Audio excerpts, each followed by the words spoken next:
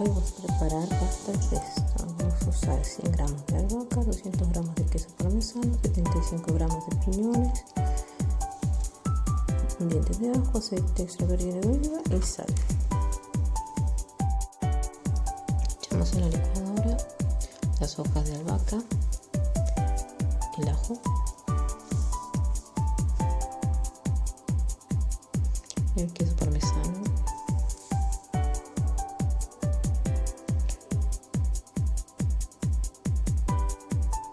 los piñones,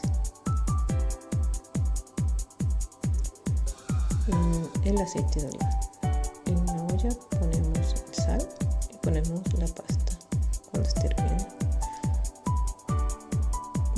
Echamos un poco de agua de la pasta en la licuadora.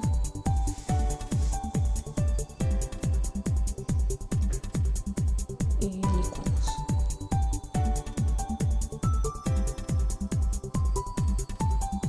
Echamos la sal y vamos a hacer la primera una crema. Listo, mezclamos y listo.